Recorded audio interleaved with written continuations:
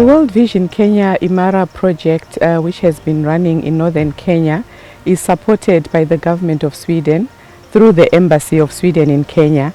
The objective or aim of the project is to ensure diversified livelihoods for very vulnerable households and communities in northern Kenya, to make sure that their resilience against climate shocks is increased, so that they are able to realize life in all its fullness. In Kenya, Sweden is focusing on mainly three issues or three objectives that we want to work with through our development cooperation. And one is adapt to climate change, mitigate climate change, protection of nature, biodiversity and our ecosystems.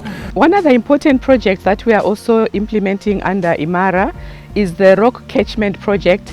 This is a project that is really making use of the natural rock landscape to be able to catch rainwater, and it takes that rainwater into these tanks, and the water is stored for a period of up to 6 months. So you find that those communities during the drought season, they have up to 6 months worth of clean water.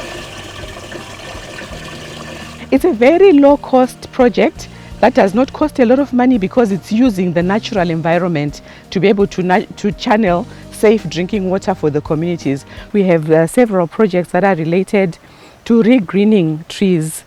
We use a technique called farmer-managed natural regeneration that helps communities to be able to bring new life to the trees, to help them to grow more and to provide a landscape or an environment. We've got communities that are now able to tap into those trees to produce gum and resin, which they are now selling in the markets to be able to get income from that. And I'm really happy to see in these projects how we are able to combine the protection of nature, the enhancement of livelihoods, with the empowerment of women, and therefore empowerment of the communities, and creating a space for women to organize themselves and to raise their voice.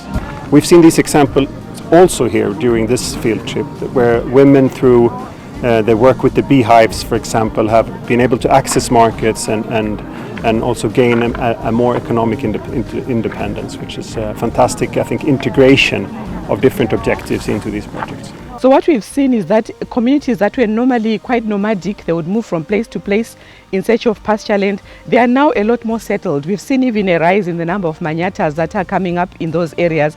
So that means children even are settled in one area, they are able to access vaccinations, they are able to go to school and have some kind of stability, because their families are not so much on the move.